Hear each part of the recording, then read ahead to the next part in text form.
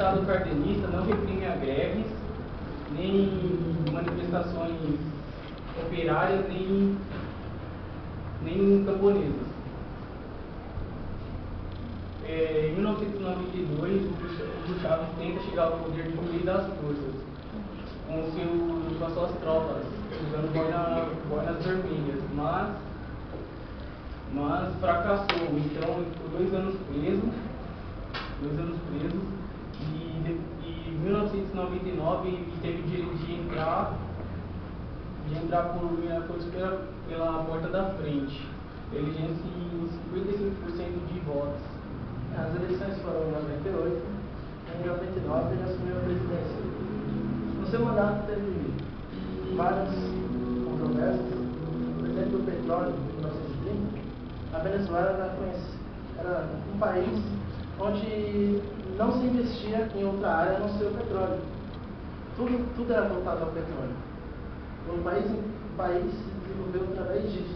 Só que isso gerou uma grande crise, alguns anos depois, no mandato já de Hugo Chávez.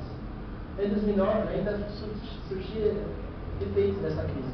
Eu coloquei a data, crise, pois nessa época foi quando ele ficou doente, ele já estava lutando contra o câncer, ele foi internado, e nessa época o país teve um desequilíbrio total, pois além da crise ainda tinha perda do seu presidente. A redução da pobreza foi um lado positivo, e foi grande parte da população que subiu um pouco na classe baixa, miserável, que era o país, ficou um pouco menor, mas mesmo assim não melhorou a situação do país. O país continuava e continuou sendo um país dos mais pobres também. Já na Argentina, tivemos um grande exemplo de governo populista. Perón, Juan Perón, foi eleito na Argentina como presidente em 1943.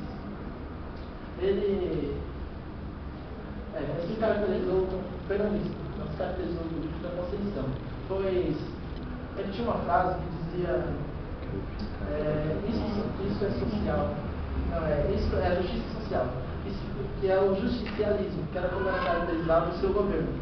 Porque na época de governo dele, o país se desenvolveu, aproveitou de uma crise da Europa, de 1929 a 1930, e desenvolveu todas as suas indústrias. Ele investiu no país. Ele, de forma que ele investia, o país crescia, chegou até o ponto de os salários serem altos e as coisas serem muito baratas.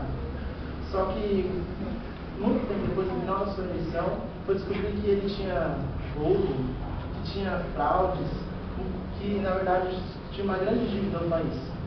Graças a isso. Foi quando ele foi perdendo seus status com a população. Ele era ele era tal, era visto como um grande defensor das pobres, e foi perdendo status a partir dessa fraude. A mulher dele morreu, que era conhecida também como a grande ajuda dos trabalhadores, que também deu uma queda na popularidade dele. E o fato principal que fez com que ele saísse em 1951 na presidência foi o fato de que ele foi contra a Igreja Católica. E a Argentina naquela época era muito católica. Isso fez com que ele tivesse que sair. Ele foi caçado pelo exército e ele teve que fugir para a Espanha. Não pela Igreja Católica, por causa dos outros. Aí ele fugiu para a Espanha e algum tempo depois, muito tempo depois, alguns dos seus descendentes do partido continuaram tentando trazê-lo de volta. E conseguiu fazer com que ele fosse eleito novamente em 71. Só que em 71 não durou muito tempo, ele chegou a falecer. Em 1930, Getúlio Vargas tenta se eleger à presidência do Brasil, mas ele fracassa. Então ele junto com o exército dá um golpe de Estado e fica governante no Brasil de 1930 a 1945. O Estado, o novo Estado. Em 1930 a 45. Mas na verdade ele assumiu a presidência em 34. Em 30 ele foi eleito, como ele disse, só que de forma pelo golpe.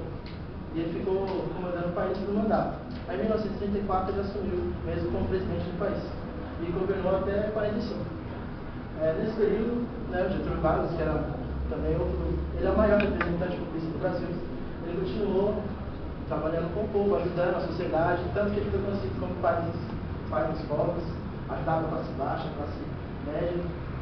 Só que ele pode ter esse lado bom, mas ao mesmo tempo ele fez uma ditadura no nosso país.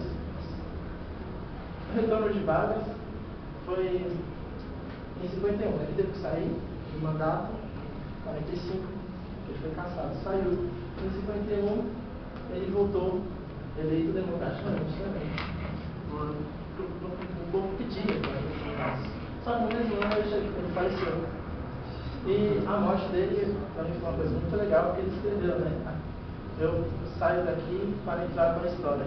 Ele escreveu no próprio suicídio dele, se matou lá no Brasil, no Brasil não, no Rio de Janeiro. Se matou lá no Rio de Janeiro e deixando essa carta de despedidas. Teve grandes feitos, realizações, uma delas foi a Petrobras, ajudou bastante o país, né? O jornal, na época, publicado. É uma limitação, né? Teve o governo Juscelino Kubitschek. Em 1995, Juscelino Kubitschek foi eleito presidente, mas não foi tão pacificamente, porque o UDN não queria Juscelino Kubitschek. E Juscelino Kubitschek só vai conseguir se manter na presidência junto com o exército. O Juscelino Kubitschek focava mais no desenvolvimento do Brasil. Ele tinha seu lema de 50 anos em 5, e uma das suas maiores realizações foi Brasília, no dia 21 de abril de 1960. Esse governo presidentista, ele trouxe também as indústrias, ele trouxe a Ford, que é uma das maiores empresas aqui do Brasil. O último representante que tivemos foi o Luiz Inácio Lula da Silva, né? Ele, em 2006, teve uma publicação do jornal Folha que dizia o último representante populista que o Brasil terá. O jornal foi publicado pelo Lula, naquela época nosso presidente. Ficou no cargo 8 anos, né? Ajudou o país muito, o país desenvolveu muito na época dele. Vamos descobrir algumas coisas erradas agora, né? Como todos os populistas tiveram. Que, na minha opinião, o populismo trouxe algo bom, trouxe muitas coisas boas, fez o país muito, todos eles que tiveram, se você for olhar, a gente teve vários lados positivos desses países governados por esses populistas, mas o lado ruim é pior. Por exemplo, o maior exemplo disso é a Argentina. A Argentina teve aquele presidente Perón, teve um grande avanço, e graças àquele período, até hoje ainda sofre. Vários presidentes passaram, e esses presidentes ainda não, tanto que a Argentina é o país mais corrupto. Alguém apresentou aqui algum tempo atrás e mostrava que o Estado da Argentina era mais corrupto que o Brasil ainda. E as classes, o Brasil é muito melhor que a Argentina. Olha, tem a Venezuela também, foi puxado por todo esse período. E mesmo assim a Venezuela ainda não é um país com desenvolvimento igual ao Brasil. O Brasil teve vários presidentes, teve vários, mas muito criticados e muito amados por outros. Mas foi melhor do que esses presidentes. Uma conclusão que eu falei é o vídeo que eu vou mostrar para vocês. Não funcionou aqui, né? Precisou tentar a força.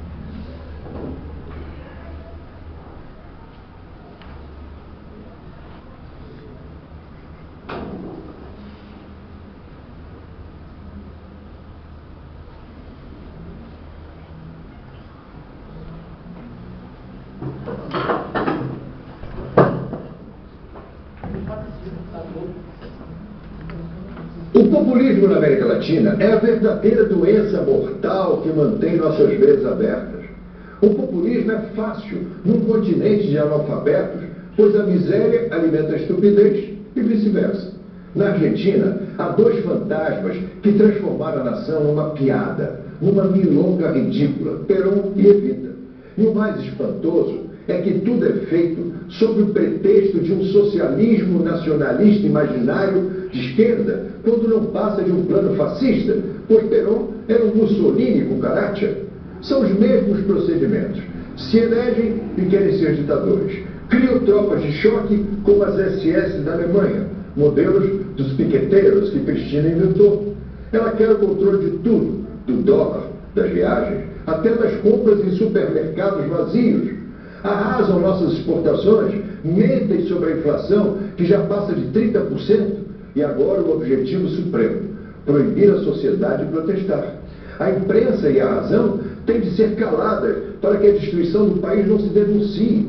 É claro que o fim da Cristina vai ser o desastre do país, mas ela persiste nessa perversão política com sua determinação ignorante e vulgar. Está surgindo um eixo fascista entre Argentina, Equador, Bolívia e Venezuela, sob as bênçãos de Fidel e sob o silencioso apoio do Brasil, que não abre mão do velho nacional terceiro-mundismo tão querido do PT, o nosso partido peronista de direita. O populismo na... Chega, uma vez só tá bom. Por favor, falando uma vez só tá bom. Fala o que a Globo manda. Obrigado.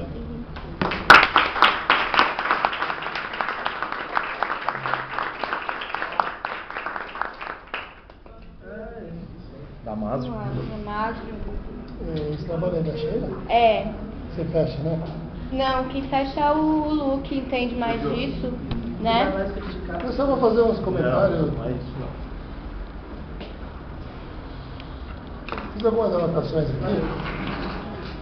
Bom, primeiro, parabéns pela apresentação. Eu acho que vocês fizeram uma abordagem boa dos principais populistas da América Latina. Eu acho que é lógico que não dá pra falar de todos, né? Vocês esqueceram de falar do Evo Morales, né? Um dos tipos de excluído. Excluído da Bolívia, agora teve que excluir, né? Fidel Castro não estava no programa? Sei, ela só falou que era populismo. Depende do que a gente considerar populismo. Não citou? Tomás Getúlio Vargas. Legal. Deixa eu ver as anotações que eu vi. Eu acho que eles fizeram uma abordagem bem, um resumo ótimo das abordagens dos movimentos, né? Esqueceu de falar um pouco da Venezuela, da crise de alimentos que eles têm, né? A Venezuela, ela, na realidade, ela investiu na exportação de petróleo, porque é um dos maiores produtores de petróleo do mundo, não sei se é o quarto, assim, mais. Fornece para o Brasil parado. Então, o que acontece? A Venezuela esqueceu um pouco da agricultura. Você vê que hoje eles estão passando necessidade por causa do programa do Chaves. Problema de plantio, problema de seca, uma série de coisas. Outra coisa que eu achei que ele sempre explorou muito pouco o Getúlio Vargas, né? O Getúlio Vargas ele fez algumas coisas nobres. Uma delas é a criação do INSS, o pessoal não tem aposentadoria no Brasil. Até 1935, quando ele assumiu, o Brasil não tinha aposentadoria, ele foi um dos criadores, né? Foi a marca dele que ele deixou. Mas foi para esqueci. Não é só comentário para o pessoal ver que é um tema muito abrangente, né? Se você quiser falar de duas, vai ficar 2 horas e não vai terminar. Mas eu acho que dentro do... Eu não sei qual é o contexto que a professora Sheila pediu, mas eu acho que você falou um pouquinho de cada um. Parabéns. Ao grupo, né? Bom, eu não vou me estender muito, porque o assunto realmente é um assunto que, se a gente fosse falar, tem muita coisa para ser dita, né?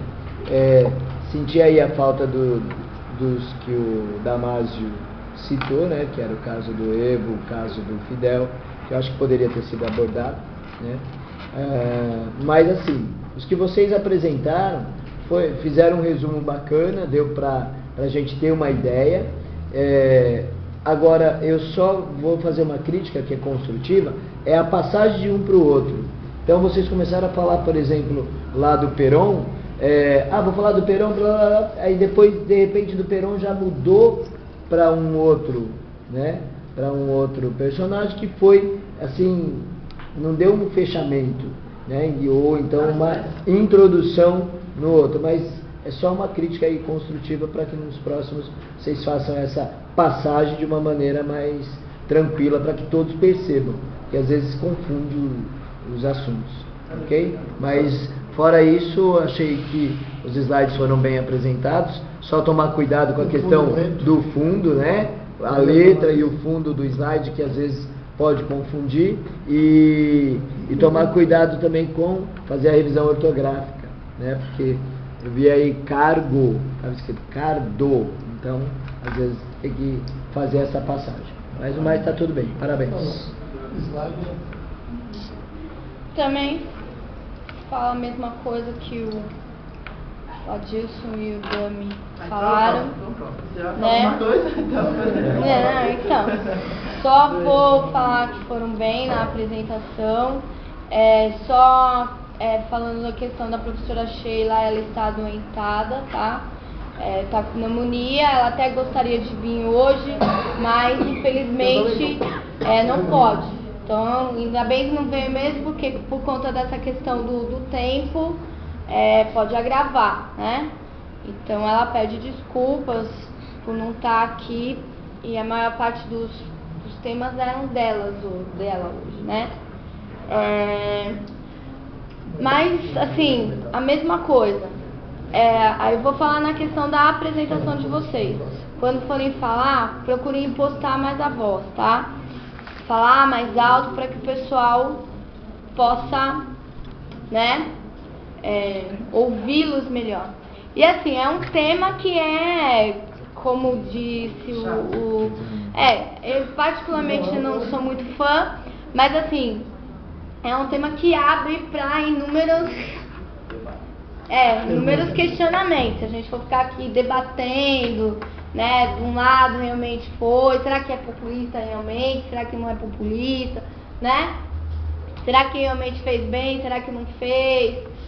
E assim por diante. Mas não vou entrar nesse questionamento, senão a gente vai se estender bastante. Eu deixo o Luciano, que tem mais raiva do populismo. Mais raiva não, mas acho que o que eu poderia acrescentar para vocês, que talvez a Sheila diria a mesma coisa, é que a história, ela deve comentar isso com vocês, a história normalmente é escrita pelos vencedores, né, pelos poderosos, né?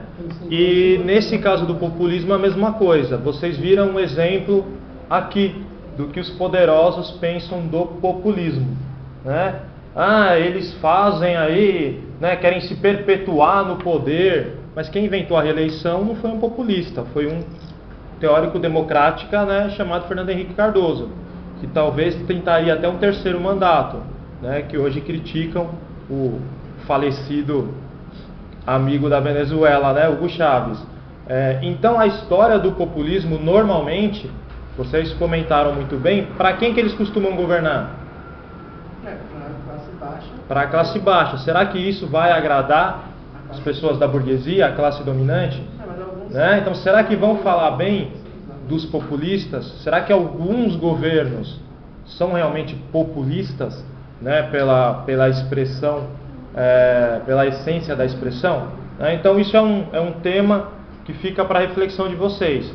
Né? Existem outros considerados populistas pela mídia, como o pessoal aqui já citou, né? Mas do Brasil provavelmente vai ser mais cobrado de vocês, né? Getúlio é o top aí, que não por coincidência não aparece em São Paulo, né? A Revolução de 32 foi contra ele, né? E se vocês tiverem a curiosidade de olhar no próprio Google Maps, não vou nem falar para vocês viajarem, vai ficar meio caro, mas tirando o estado de São Paulo, toda grande cidade desse país tem uma avenida chamada Getúlio Vargas, só São Paulo que não tem, né? Então dê uma pesquisada aí depois, e só cuidado com o que vocês veem na mídia a respeito de determinados assuntos, principalmente históricos, tá bom? Claro? O que é o golpe de Estado? Golpe de Estado é a tentativa, né, de tomar o poder pelas vias não legais de uma constituição de um país. Então ele pode acontecer militarmente, como foi o caso do Getúlio, que teve a ajuda, né, quis derrubar ali a questão da república, instalar um novo governo, e aí vira uma ditadura, porque não foi eleito democraticamente. A partir do momento que a população vota, aí que está escrito na Constituição que a população tem acesso ao voto, eu tenho uma democracia.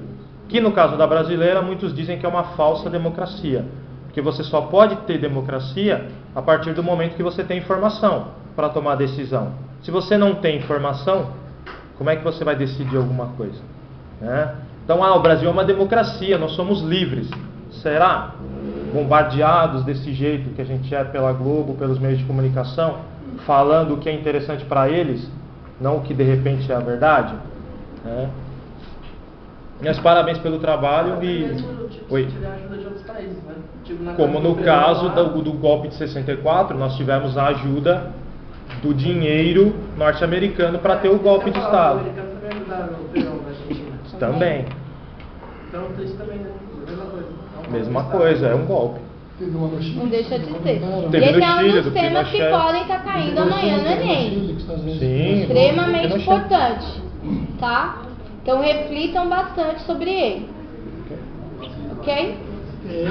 Obrigado, gente. Parabéns.